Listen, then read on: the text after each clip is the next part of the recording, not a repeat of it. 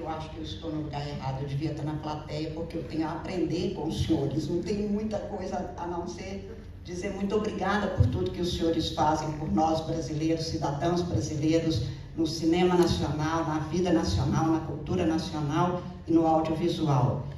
E dizer, principalmente, que nós estamos juntos com todos os senhores por tudo que fazem. Digo que deveria estar aí, porque eu sou muito resultado de uma cultura, sou do norte de Minas, fui uma menina do norte de Minas, acho que ainda tenho grande parte do que sou exatamente ali, em que tudo que dizia respeito a cinema era um encantamento que ainda se projeta hoje para além das telas, que já não existe quase mais nas cidades, nas grandes cidades.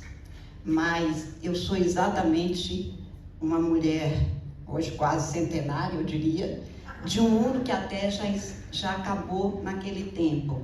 E eu tenho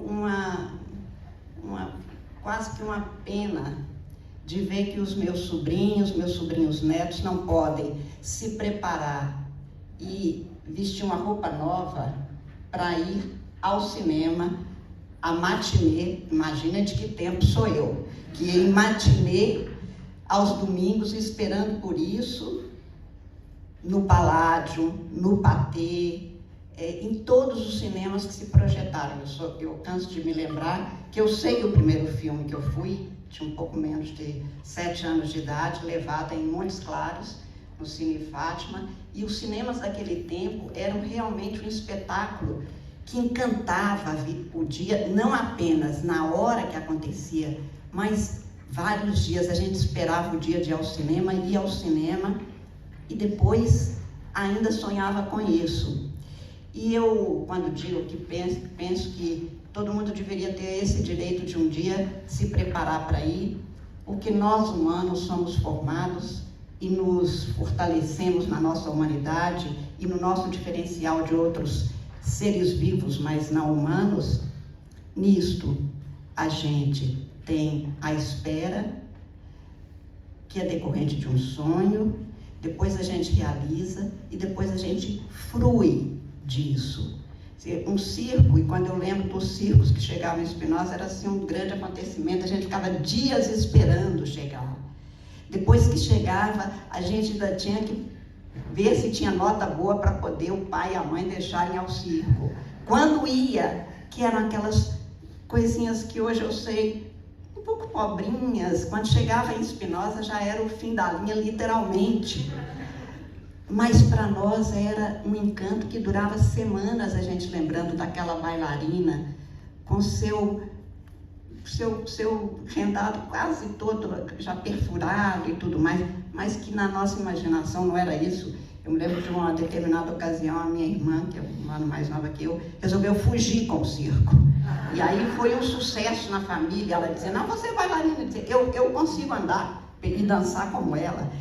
Havia tudo isso na vida da gente e que se perdeu. E hoje eu vejo que os meus sobrinhos chegam e eles estão no telefone, ligam o som e ligam a televisão. Eles não veem, não percebem o que estão falando. O que não é nada demais, considerando que muitos se assentam à mesa, ligam a televisão e conversam ao telefone e não sabem o que estão comendo.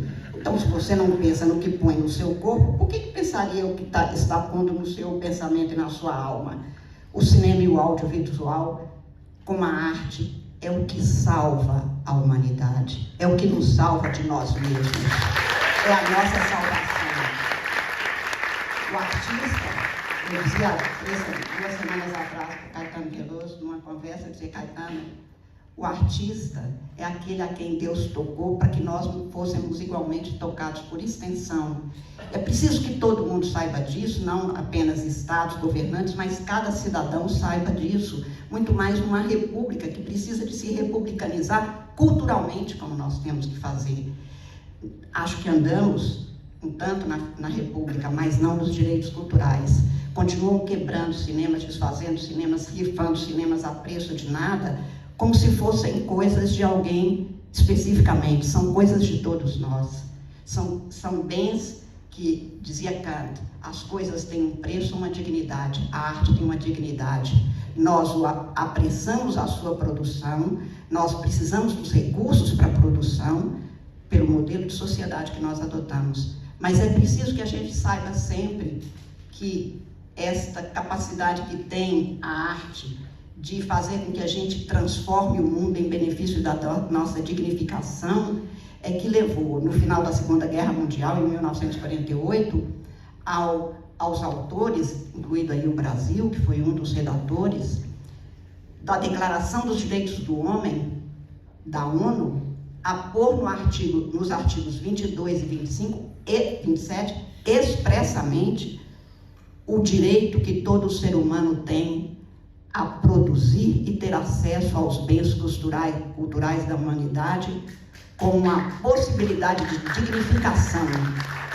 E a gente sempre fala na arte, nos direitos culturais, como para nós do direito constitucional especificamente, para nós do direito, com a ideia de liberdade.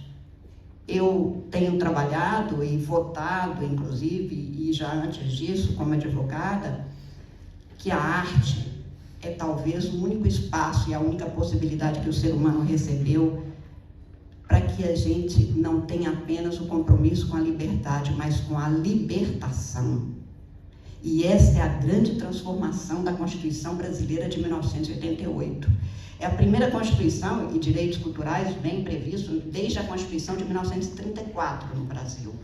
Mas essa é a primeira Constituição que estabelece como direito fundamental expressamente o direito de todo ser humano ao acesso à cultura, aos bens culturais, à produção, a ter o patrimônio pessoal, autoral, resguardado como direito fundamental e a ter a garantia de que o Estado é obrigado a promover todos os bens artísticos e de direitos culturais. Nós temos um capítulo específico sobre direitos culturais, porque é direito fundamental. Isso significa que quando o Estado age, e claro que a opção por políticas públicas é dos governantes, daqueles que foram eleitos, mas que ao estabelecer qualquer política, ele não pode, em nenhum momento, porque seria inconstitucional, desfazer as possibilidades de garantir a produção cultural e o acesso de todos à produção cultural. E é exatamente pela cultura que transforma o mundo, e quando eu digo que o compromisso dos direitos culturais não são apenas com a liberdade, já não seria pouco, mas a liberdade é um conceito estático. Alguém tem e é livre. Mas nós temos que trabalhar com a ideia de libertação, de uma ação em benefício das liberdades que se conquistam mais e mais o tempo todo.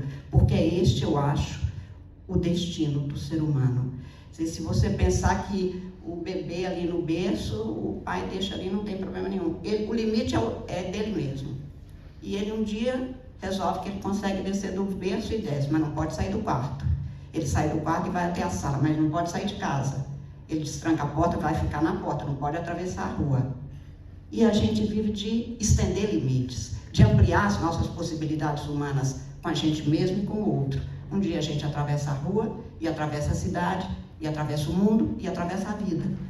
E é isso exatamente o processo libertador que nos liberta, inclusive, do que foi e que não deveria ter sido, no caso brasileiro, uma sociedade de tantas humanidades, mas de tantas desumanidades como nós temos, com relação a nós mulheres, aos negros, aos indígenas, aos deficientes. Nós somos uma sociedade de muitas chagas sociais para serem providas.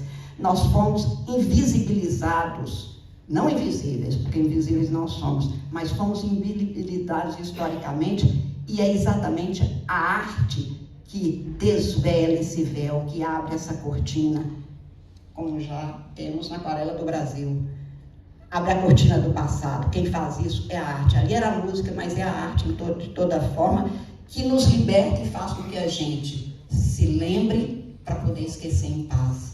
É neste sentido que a Constituição brasileira garante os direitos culturais e que faz com que a arte no Brasil, que tem muitos problemas, mas eu digo, com a arte não tem. Por isso é que tentam tamponá-la. E isto é antidemocrático, antirrepublicano, contrário aos direitos fundamentais, negar a arte, impedir a produção, a divulgação, a possibilidade de nós crescermos e podermos ajudar a humanidade, fazendo, como dizia Darcy Ribeiro, deste um país que seja uma nova Roma com todas as possibilidades que a história não deu, é exatamente entregue aos senhores que criam arte, que produzem arte, que divulgam a arte e que por isso possibilitam que a gente tenha uma melhor humanidade.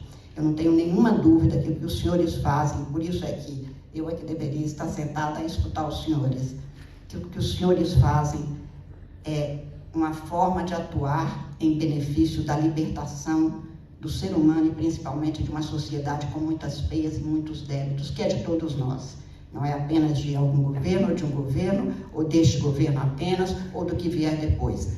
É preciso que situações como essa, estamos na 26ª Mostra de Arte, dizia a Raquel, repito aqui de público, eu tenho orgulho de ser mineira, entre outras coisas, porque sei que Tiradentes existe, não apenas o Tiradentes histórico, que também seria uma forma de a gente pensar a liberdade para todos e não apenas provincianamente, apenas para aqueles que eram os chamados conjurados, mas Tiradentes cidade que acolhe, como Minas Gerais já acolheu, o de melhor.